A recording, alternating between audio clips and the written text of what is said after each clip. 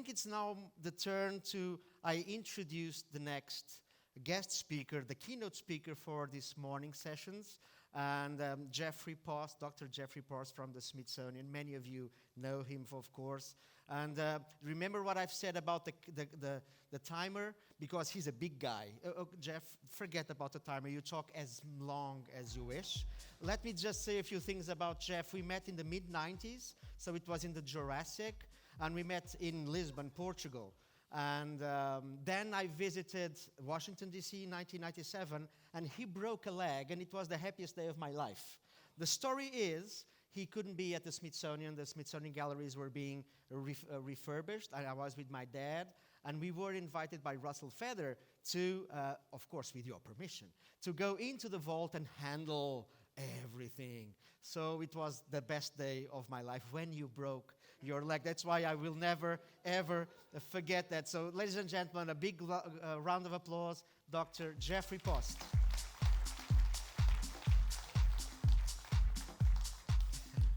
Yes,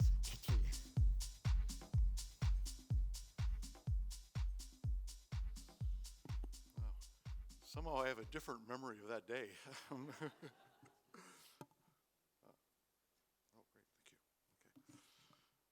Ruiz, based on what you just said earlier, you're not leaving now, right? You're going to stay here for the whole talk? Yeah, okay. I just remember you said about the coffee breaks. Okay. Anyway, well, I am delighted to be here this morning in Dubai. This is my first ICA Congress, and so it's a special one for me. And I'd like to thank the ICA for giving me this opportunity to share with all of you some of the highlights of our collection of gemstones at the Smithsonian Institution in Washington, D.C. So let's see, I guess I can do this. Cool, okay. All right, so what I'd like to do this morning is to just go through a few of the highlights of our collection, a little bit of background about the collection that we have there, and given the special emphasis of this Congress, I'm going to try to do the same thing with my talk and focus a little more heavily on some of the colored gemstones that we have in our collection at the Smithsonian. For those of you who may not be familiar with the Smithsonian Institution, we are based out of Washington, D.C. The Smithsonian consists of 21 museums, the National Zoo, and then research centers scattered around the world. It's the largest museum research complex in the world. And I work in the Museum of Natural History right down in the mall. That's where we also have our public displays of gemstones and minerals. We also have behind the scenes our collections of gems and minerals that are also used for research. We have 375,000 mineral specimens and about 10,000 gemstones. And the purpose of this collection is primarily to support scientific research for those of us at the museum, but also we share these collections with scientists literally anywhere in the world that are working on research projects that can benefit from their use. And just a quick peek into the vault. We try to keep most of our best gems and jewelry and mineral specimens out on a public exhibit, but there's always a few things sneaking back in the vault as well. Well, I'm pleased to say that we get approximately 6 to 7 million people per year coming into our museum. And every year when they ask people, what is it you most remember about your visit to the Museum of Natural History, to the Smithsonian? Number one on the list is the gem collection. So something we all know, right? The gemstones are something that appeal to people, to all of us. And so we kind of use our gemstones in a way to introduce our visitors to the much broader concepts of geology, but first we give them, I think, a really great gemstone experience. And for all of you know, of course, that every gemstone starts out as a mineral crystal that formed in the earth. And I think a lot of our visitors understand that, but they haven't really thought about that for a long time. So one of the first concepts we try to get across to our visitors as they come into the galleries is to remind them that every gemstone started out as a mineral crystal. For example, that large diamond crystal, the 254-carat Oppenheimer diamond in the back center of this picture. And if a mineral crystal is cut and polished into a gemstone, for example, these diamonds that are part of our collection, and by the way, we're not going to cut that crystal, but once a mineral crystal has been cut and polished, it changes not just the appearance of that material, but it changes in many ways our perception of it. Once it is a gemstone, it is something that has a value. It is something that often then has a name given to it, perhaps, and a story. So gemstones, unlike almost anything else we can think of in the world around us, their beauty is undiminished with time. I mean, think about what else can you say that about? And these gemstones 500 years from now, 1,000 years from now, tens of thousands, are going to look just as good as they do here, whereas the rest of us probably can't say that. And so it's a unique material. And once those gemstones have been cut and polished, there's this union of a natural history story and a human story. And it's that combination, I think, that makes them so fascinating to our visitors at the museum and, of course, to all of us who are part of this industry. So what I'd like to do this morning is to talk a little bit about some of the background of our collection, talk about some of the stories associated with the gems that we have in our collection, and just give you a few of the highlights or some of my favorites in the collection. Well, if you'd visited the Museum of Natural History back in the 1920s, even the 1930s, this is what the Gem and Mineral Gallery would have looked like. And the gemstones would have been shown in those flat-top cases down the center of the hall. And the collection was described at that time as being a modest collection, but probably the best public display of gemstones in the United States. And it was also noted that the administrators of the museum were impressed with the fact that even then, that the gemstones were extremely popular with visitors. One of the pieces that you would have seen on display at the time is this quartz crystal ball. It is the largest flawless quartz crystal ball in the world, as far as we still know, I think. And I show this picture also in part just to let you know that we've always taken security very seriously at the Smithsonian. So obviously you don't want to mess with that guy, right? Yeah. Well, no doubt, one of the landmark events in launching our modern gem collection at the Smithsonian was the gift in 1958 from Harry Winston of the Hope Diamond to the Smithsonian, to the people of the United States, really to the people of the world. And so here you see the Mrs. Winston on the left presenting the Hope Diamond. It was delivered that day in the mail. Of course, Harry Winston couldn't just come down and quietly hand it off. He had to put it in the mail, insured for $1 million. So it was delivered by a postman that day. And it went on exhibit. So this 45.5-carat blue diamond, one of the largest, finest blue diamonds in the world, and of course, with its history, shown here in a Cartier setting that was done in 1911. And when this diamond, that a lot of people had heard about because Harry Winston had been traveling around the country, it had some legends about possibly even had a curse on it. When this went on exhibit, it suddenly became one of the must-see objects in Washington, D.C. In a matter of a couple weeks, the attendance at the museum had more than doubled. And so this became sort of the beginning of our sort of recognition of people saying you got to go to the Smithsonian to see a great gemstone.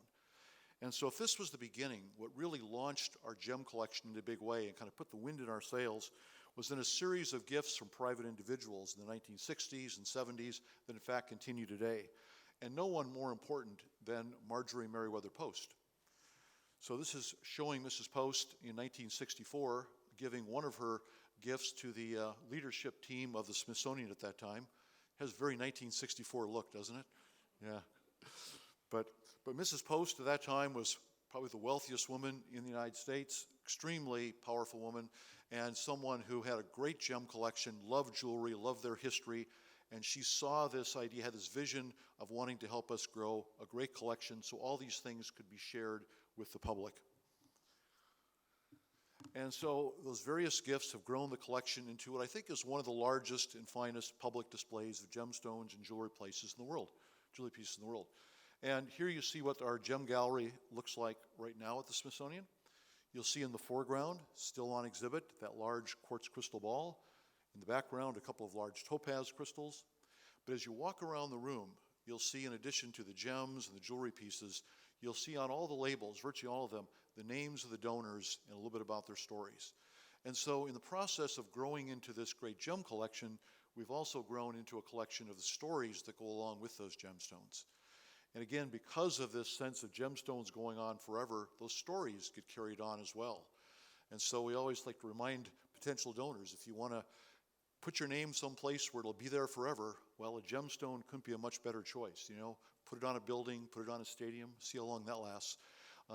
But your name on a gemstone, particularly at a place like the Smithsonian, it's going to be there forever. And so putting together all these stories about the pieces in our collection became my pandemic project. And so we were able to put together a book that describes a lot of the history, the people, the stories associated with the gems in our collection, just published by Abrams. And so I'm going to try to highlight a few of those stories in the rest of the talk this morning. So we're going to start with our quartz crystal ball. Now I know that technically this is not a colored gemstone, but it is a pretty amazing gemstone. And this quartz crystal ball was brought into the United States in 1924. And the owner claimed it as an antiquity. Well, the customs agents, doing their due diligence, they determined that in fact that crystal ball had been cut and polished in Shanghai, China the previous year. So they slapped a big import duty on it, and the owner, contesting that, left the crystal ball just sitting in customs while they tried to work things out. Well, Mr. Worcester Reed Warner, he was an engineer who owned a company in Cleveland, Ohio, and their company had built some of the largest telescopes in the world in the early 1900s. But he was also a great collector of Asian art. And he heard through his channels about this great crystal ball that was sitting in New York in customs.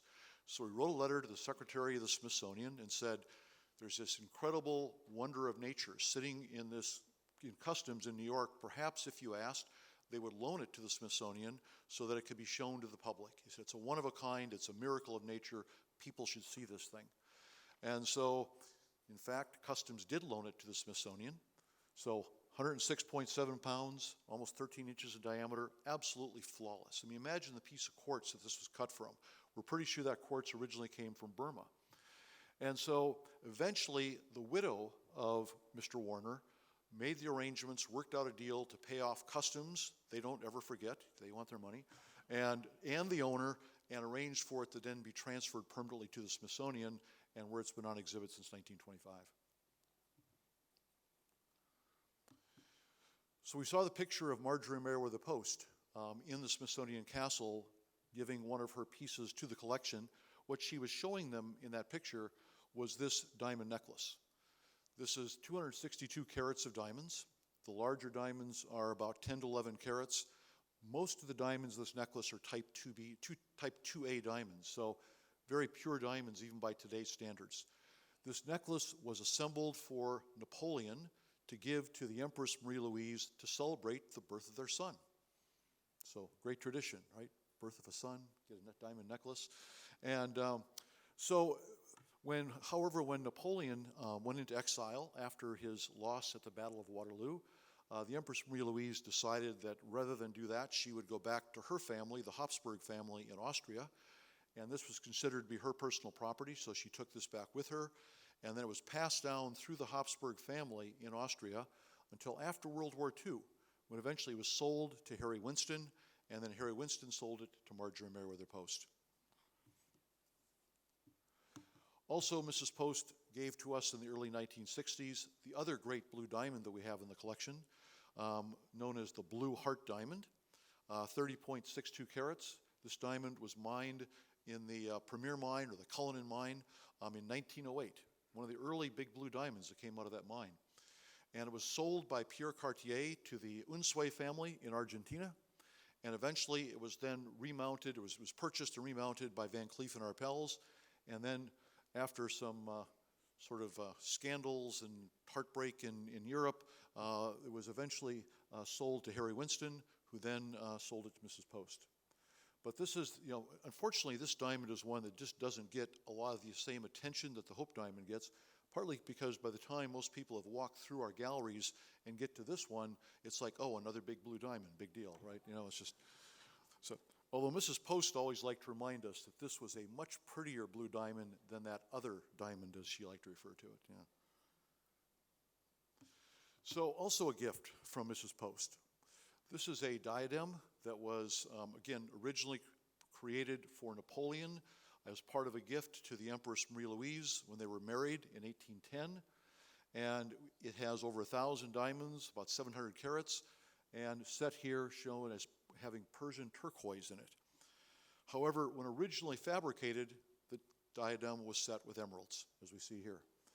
And as with the necklace, this was a piece that was passed down through the Habsburg family, and then after World War II was sold to Van Cleef and Arpels. And they then removed the emeralds and put them into a more modern piece of jewelry and sold them off as emeralds from the Napoleon crown, and then replaced the emeralds with the Persian turquoise. And it was in that form that they loaned it to Mrs. Post to wear for the Red Cross ball in Palm Beach in the late 1960s.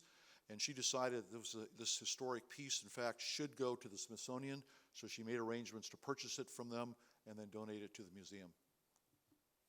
So you'll notice that not only did she like to collect jewelry, she did like to wear her jewelry as well. Yeah. And here's another example. This Art Deco necklace is one that was designed by Cartier in the late 1920s in London. And this features about 1/4 pound of Mogul cut emeralds that were then refashioned, reset into this Art Deco piece, a very popular style during the Art Deco period, the Indian style. And so this then was purchased by Marjorie Merriweather Post. And we see, in fact, a beautiful portrait of her wearing this necklace. Looks good. Okay. And continuing our emerald theme just a little bit longer, this is a 75.5 carat emerald that is in a Tiffany brooch setting. And this was a gift to the collection from Janet Annenberg Hooker. She was a sister of the Walter Annenberg, who was of publishing fame. And this emerald was originally acquired from Tiffany & Company from the collection of this gentleman, the very jolly-looking fellow here, the Sultan Abdul Hamid II, who was the last all-supreme ruler of the Ottoman Empire. And in the early 1900s, after the uprising of the Young Turks, he was forced to flee the country and took along with him his jewels, and then had to sell these off in order just to survive and to support his family. And there was a large auction of a number of his jewels in Paris in 1911, and it was at that auction that Tiffany & Company bought this emerald. And at the time it was indicated this emerald was part of an ornament that he used to wear in his belt buckle. So Tiffany & Company then set the emerald into this tiara setting, and it was shown in that way at the House of Jewels in the 1939 New York World's Fair. They then put it into the brooch setting that's in now and featured it in their Christmas catalog in 1950, and it was shortly after that when it was acquired by Mrs. Hooker. The largest set emerald that we have in the collection is this 169 carat emerald, again in a Cartier Art Deco necklace and with platinum and diamonds. And this is a piece that was created in the late 1920s in London. And the picture on the far left is the actress Michelle Pfeiffer posing in a sort of interesting way in a Egyptian coffin, wearing this necklace. This was part of a photo shoot that we did with Michelle Pfeiffer and Life magazine in the 1950s. I'm sorry, mid-1990s. Yeah, she looked good. Yeah, mid-1990s, and featuring a number of pieces from our gem collection at the Smithsonian. And this necklace was given to us by Anna Case Mackey. Anna Case was an opera singer for the Metropolitan Opera in New York in the early 1900s. And then she married Clarence Mackey, who was one of the wealthiest men in the world at that time, mostly as a result of his work with the transatlantic cable business and other communication companies at the time. And so when they were married, this was his wedding gift to her. And according to Cartier, when this happened at the beginning of the Depression, and so he didn't have cash, they weren't having a lot of sales, they literally just gave it to him and said, pay us when you can pay us. And 2 years later, he completely paid it off. Do you guys still do that? No? Okay. Okay. Just curious. And here you can see on the right, this is a picture of the newly married couple out in the town in New York where she's wearing that necklace. And so this is a necklace that was acquired by Harry Winston from the Maharaja of Indore in 1947. And again, features a number of mogul cut emeralds and diamonds reset into a more modern piece for the Maharaja. And if we look closely, we can see the central emerald, about 45 carats, has been drilled through, which was a very typical way of fashioning these stones at that time during the Mughal period. Also the sort of football-shaped diamonds, also each are drilled through to enable them to be sewn or looped onto a piece of clothing or other ornament. It's just how they'd be worn during the Mughal time. So again, repurposed into this more modern necklace. And in 1950, Harry Winston and actress Katharine Hepburn obviously met up, and he was managed to get her to model this necklace. And so she was in New York at the time, starring in a play in Broadway. And then finally, in emeralds, this is a recent addition to the collection. This was given to us by Madeline Murdoch from New Jersey, something her grandmother had acquired when she was traveling in Europe many years ago. And it's a, again, Mughal carved emerald, about 100 carats. And if you look carefully on either side, again, there are drill holes where this would have been sewn or attached to some other ornament. So it has a lotus blossom motif, and it was originally set as a brooch or a pin, and then was redone as a pendant, as you see it here. Okay, changing color now. So this is the Logan sapphire. This is one of the larger faceted sapphires in the world, 423 carats from Sri Lanka, absolutely clean, beautiful, deep-colored stone, and about the size of a chicken egg. So it's a good-sized sapphire, shown mounted here as a brooch, although could be worn as a pendant as well, and the diamonds around it are all about 1 carat.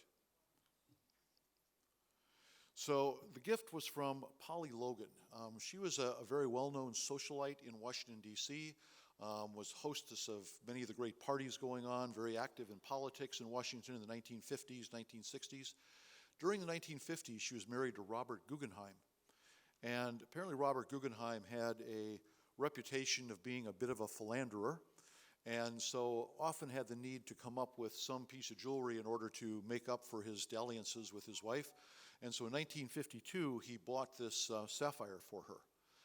And so she said this became sort of her signature piece, but she said the problem with that was that everywhere she went, everybody was expecting her to wear this big sapphire, so it meant she couldn't wear any of the other jewelry she had.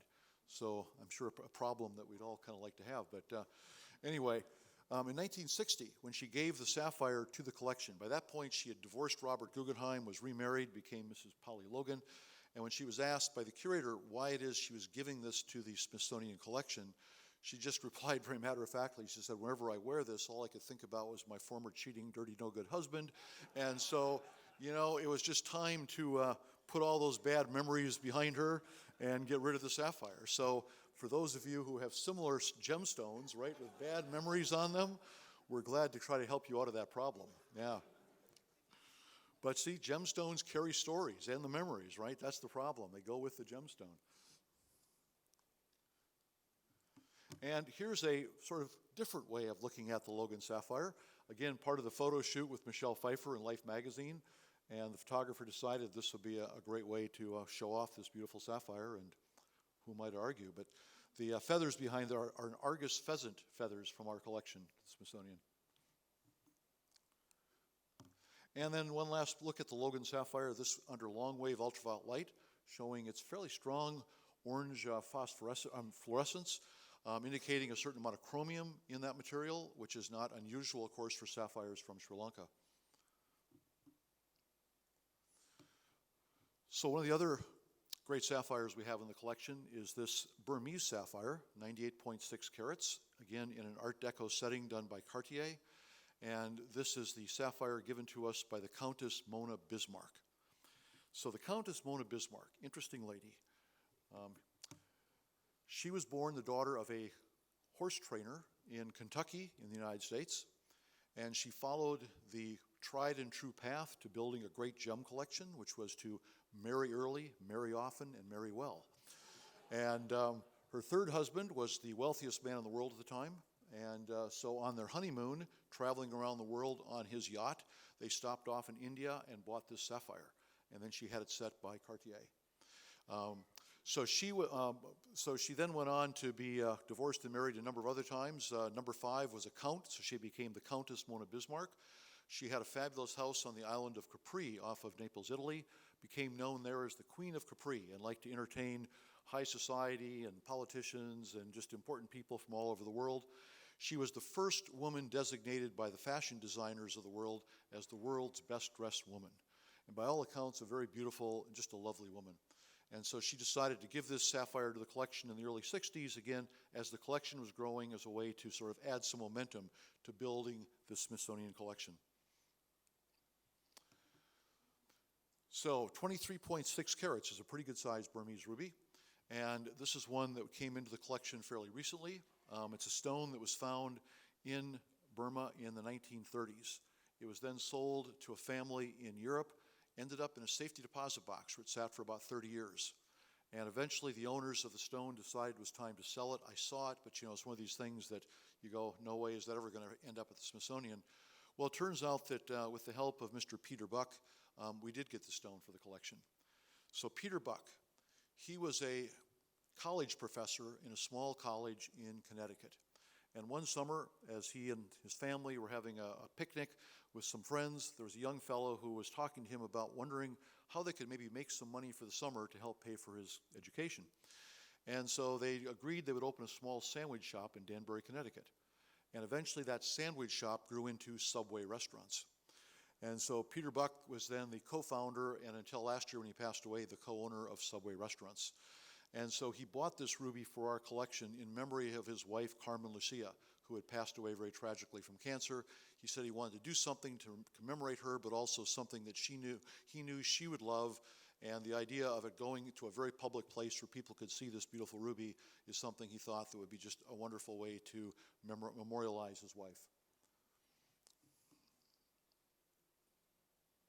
And some more, this is about 60 carats of rubies, then a classic 1960s Harry Winston bracelet. It was an anonymous gift to the collection, so with his signature platinum and diamonds, but just a beautiful bracelet. And here just wanted to show a range of some of the different colors and types of sapphires that we have in the collection. So these are all loose stones ranging at 10 to 94 carats, and from, of course, Sri Lanka, some from Madagascar, some from Burma, but just to give a sense of the breadth of the collection in terms of the color and size of the stones. We also have in the collection the Star of Asia. This is a 330 carat star sapphire, and truly, I think, one of the more beautiful star stones I've seen. It's got a beautiful deep blue body color, nice sharp star, and of course a nice big size. And so this is a stone that we know came out of Sri Lanka, was sold in London in the early 1950s, and then ended up being exhibited at a fair in Chicago in the late 50s. And then in the early 60s, we were able to arrange an exchange with the owner to acquire it for the collection. And here's just a close-up of the center of the star, and you can see very nicely, of course, the oriented needles of rutile that when the stone is cut in the right orientation with a curved surface is reflecting the light to give us the three bands of light to form the star. And we also have the Star of Bombay. And this is, again, a Sri Lankan star stone, 182 carats. And this was a gift to the collection from Mary Pickford. Now, Mary Pickford was an actress that was well known in the 1920s, 1930s, often referred to as the darling of the silent films. She also became a very savvy movie picture executive in Hollywood in the 1930s. And after divorcing her husband at the time, the actor Douglas Fairbanks, she went down to her local jeweler in Hollywood and bought herself a suite of star sapphire jewelry, which was all the rage at the time. And one of the pieces you can see her wearing in the picture on the right as a brooch is this stone that we have today as the Star of Bombay. And if you've heard of the Star of Bombay, it might be because you're a gin drinker. And in fact, it's the stone that's used on the label and in the advertisements for the for Bombay gin. And of course, if sapphires can do it, so can rubies. So this is a star ruby. It's called the Rosser Reeves Star Ruby, 139 carats. Again, beautiful body color, good, nice, sharp star, just a really fine Sri Lankan star ruby, and one of the largest that I've seen. So this is a stone that we know was sold at auction in the early 1950s again in London, and eventually made its way to New York. And the early 60s was purchased there by Mr. Rosser Reeves. Now, Rosser Reeves was the chairman of the Ted Bates Advertising Agency. and is known as sort of the father of modern advertising. Whether you like it or not, he's the guy that kind of got us going this direction. He was the king of slogans.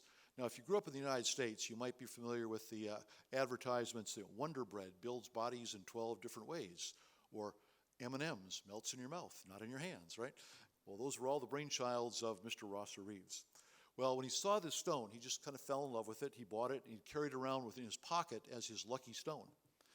And so one afternoon, he was having lunch, turns out at the 21 Club in New York, with the curator of the Smithsonian Collection at the time. You know, it's sort of a lesson, right? When you get a great stone and suddenly the curator of the Smithsonian Collection wants to become your best friend, maybe there's an ulterior motive, right? And so in this case, they had lunch, but more importantly, they had drinks together. And by the end of the afternoon, Mr. Reeves had decided that he would give this stone to the Smithsonian Collection. And when asked later on, you know, what was the reason he decided to give this? And, you know, being the advertising guy, he just could not pass up this idea that forever his name, Rosser Reeves, would be associated with this ruby. And the alliterative name, the Rosser Reeves ruby, just resonated. And so he loved the idea that forever and ever his name would be on this stone. And so became part of the Smithsonian Collection, went on exhibit in 1965. And we also have, of course, with these other two star stones, we have displayed this really beautiful cat's eye. It's a classic chrysoberyl cat's eye from Sri Lanka, 58 carats, beautiful, you know, sort of milk and honey look to it, nice, sharp, well-centered cat's eye. It's a stone that, again, we acquired by exchange early in the 1960s. A very recent addition to the collection, in fact, one that's not even on exhibit yet, but hopefully will be soon, is this opal.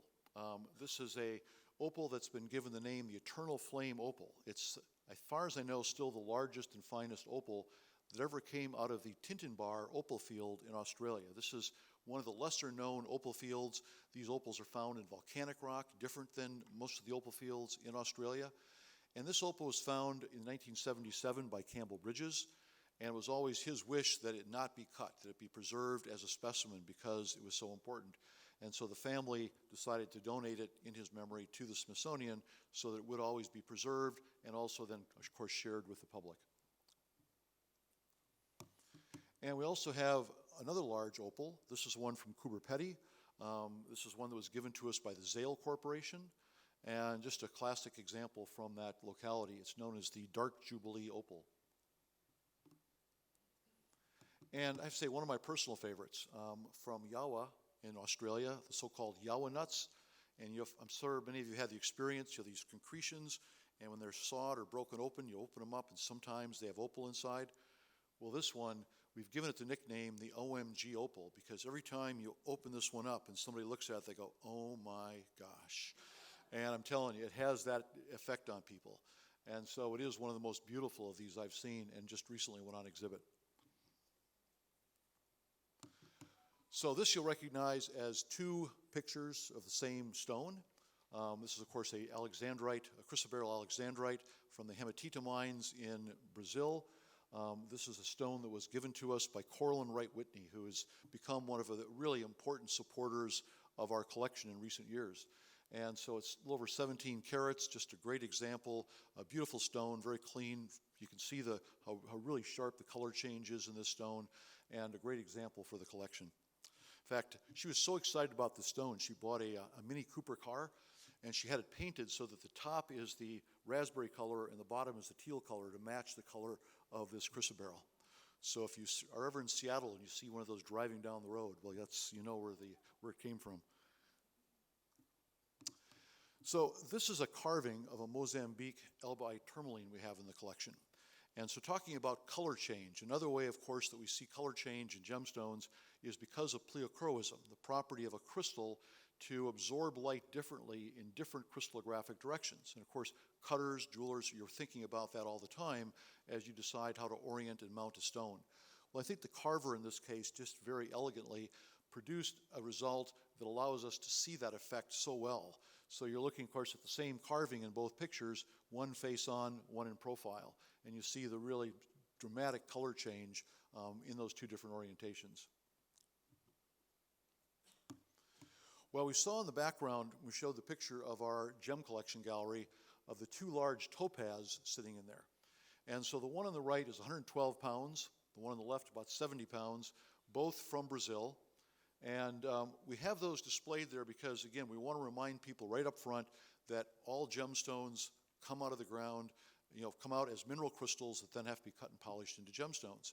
So we thought these big crystals would certainly get their attention. And of course, if you have big crystals, you can cut big gemstones. And I will point out that the young lady is not part of the exhibit out there. She is the daughter of the photographer, and so when she was much younger, she posed for this picture and thought just a great way to get across the size of these stones. Well, when this gemstone, when this topaz was cut and then donated to us in 1988 as the American Golden Topaz, but just under 23,000 carats, for a brief time it was the largest faceted gemstone in the world. And there are now a couple of larger stones, I think as far as I know, both topaz. In fact, I think the largest now is over 30,000 carats, which is in a museum in Spain.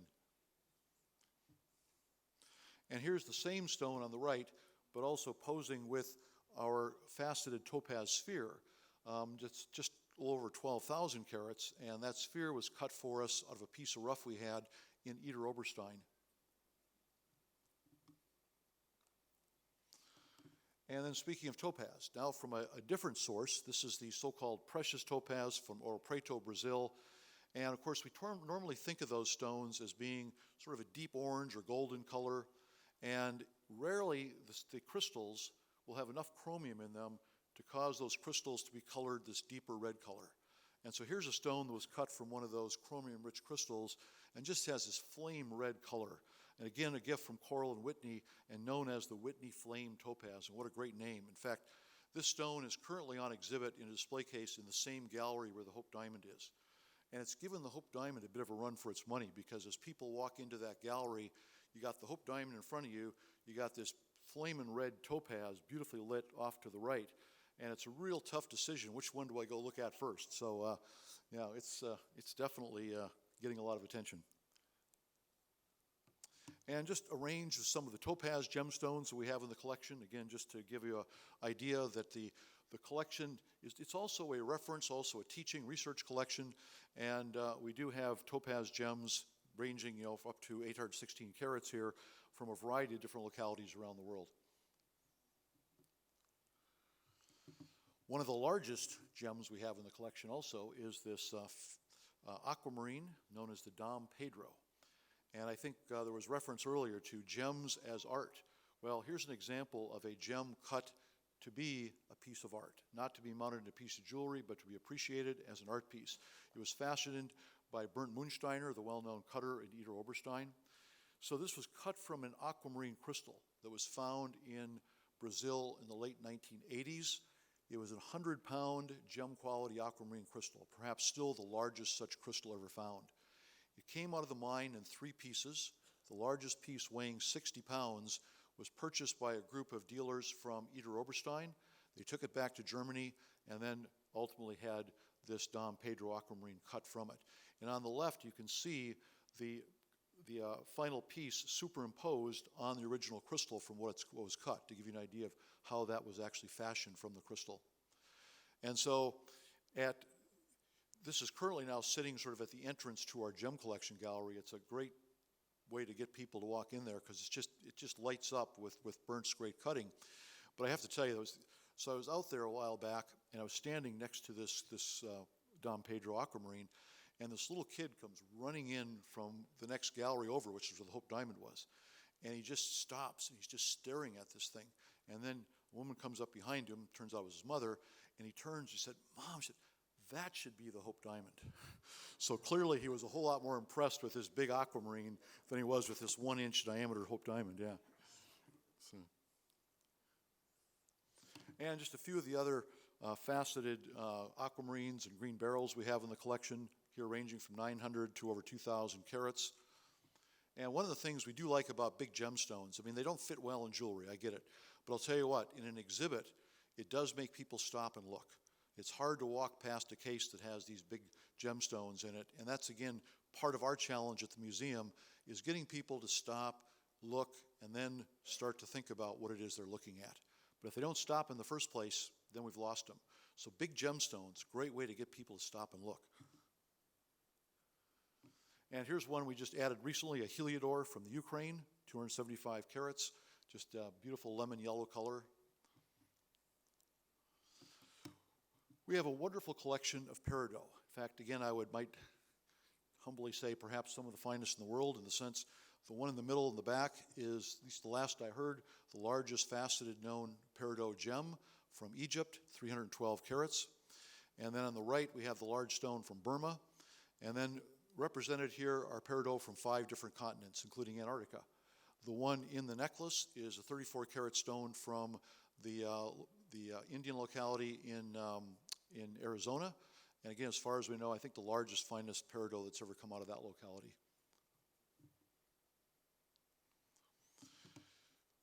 This kunzite, which is from Afghanistan, was set into this piece that was designed by Paloma Picasso. It was designed to celebrate the 150th anniversary of Tiffany & Company, and then they donated it to our collection. And so, along with the big kunzite, of course, the Baroque South Sea pearls.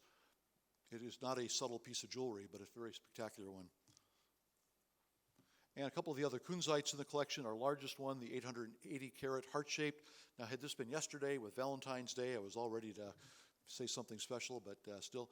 And then on the right, a more recent addition. This is from the Ocean View mine in California, where they found this really beautiful lavender-colored kunzite that's been hitting the market the last few years. And then also a very recent addition. This is a kunzite from Nigeria that was cut by Victor Tuzlakoff, who's certainly one of the great cutters these days of colored gemstones.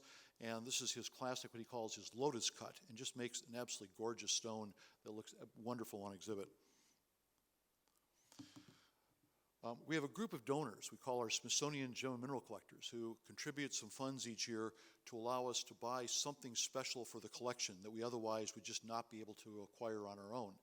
And so, in fact, one of the last Tucson shows we went to before the pandemic, they helped us to acquire this spinel from Tajikistan, and at over 40 carats. And you can see the red with a little bit of pink, just a classic stone from that locality. And actress Angelina Jolie helped us out just recently by donating the citrine necklace.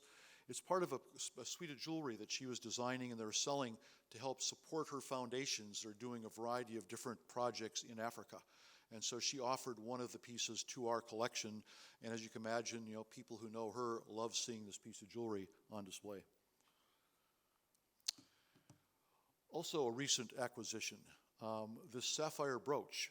This is a circa 1900 antique brooch. It is a wild rose motif, and for us it was exciting because it features sapphires from Yogo, Montana. And obviously we're always interested in U.S. stones, being a U.S. museum, but as you know, the Yogo sapphires can be beautiful, but they're typically fairly small. And so how do you show these in a way that really impresses visitors? And when we saw this brooch, here's 50 carats of Yogo sapphires, and suddenly that's a piece that people can actually see and really appreciate the beauty of these stones. And finally, just want to mention a couple other big stones that have come into the collection recently. This big morganite, 1,377 carats, cut by Buzz Gray, a well-known cutter in the United States. A demantoid, again from our donor group, 11.2 carats, the classic demantoid from Russia, just a gorgeous stone. And then finally, I just want to finish with a stone that's going to be unveiled in our gallery in April. And this is a 116-carat tsavorite from Merulani, Tanzania. And this was a stone, again, cut by Victor Tuzlakoff just recently. It was actually cut it in Arizona. And as a gift to the collection from the Somewhere in the Rainbow collection and Bridges Tsavorite. And so this will be the largest, finest tsavorite that we have in the collection. And I think for a lot of our visitors who still don't think of garnets as anything but red, this will be a real eye-opener for them. So thank you very much. I'm delighted to have a chance to share at least a few of the highlights of our collection. And keep in mind, just a few. And so hopefully this has encouraged some of you to perhaps come and visit the collection. One of the things I always say, one of the best parts of my job is I don't have to sell anything. So, nothing is for sale at the Smithsonian. But I'd like to think we've inspired a whole lot of people who have come in and seen a lot of these colored stones for the first time and had a chance to hear these stories and get a little bit excited about them. perhaps a lot of those people have ended up in a lot of your establishments and have carried on the great tradition of loving and owning colored gemstones. Thank you very much. Thank you. Thank you, Jeffrey. Thank you very much. Thank you very much. And it was a great presentation, great photo. I'm so envious of your photographer. I would love to have those pictures for my education and social media. And I think we do have some time for one question if somebody wants to ask a question. Okay, thumbs up. One of the things that I have in my memory from your presentation is, and I think we all got that, was gemstones carry memories, almost as if they have a soul. And that is something really special for not only the individual stones that have their own personal histories, but even for the more common, not that as expensive gemstones that might also, during the supply chain, carry a story. So thank you very much for that. My and pleasure. one final, go. Well, I was just going to say, no, I agree with you completely. Every gemstone, no matter how big or small, it's special. It is one of the things through my career.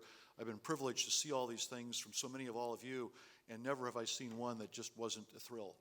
And so I will be here the rest of the Congress, and so I would be delighted to answer any questions you might have or to talk about our collection or whatever. But again, thank you for the opportunity to share this Yes, with and you. one last thing, Jeffrey, because you are on stage. I was inspired by the collection of Marjorie Merriweather Post, Right. Dr. Jeffrey Post. And I don't know if there is a relationship there, and is that Yeah. why you got the job? No, okay, I will say. So I was one of these kids growing up in a small town in Wisconsin that every morning I would eat Post cereal for breakfast. And I'm thinking, who in the world is this Post, Post cereal? Well, it turns out Post cereal is from General Foods, and it was a very different part of the branch of the Post family tree that ended up with General Foods, and that was Marjorie Merriweather Post, her father originally, and then she took that over. And so, no, unfortunately, no. I'm probably almost as much related to you as I would be to Marjorie Merriweather Post. And that is a very scary thought, but okay. Got it. Thank you very much, Jeffrey. Thank you very much. Big round of applause, ladies and gentlemen. Thank you. Thank you.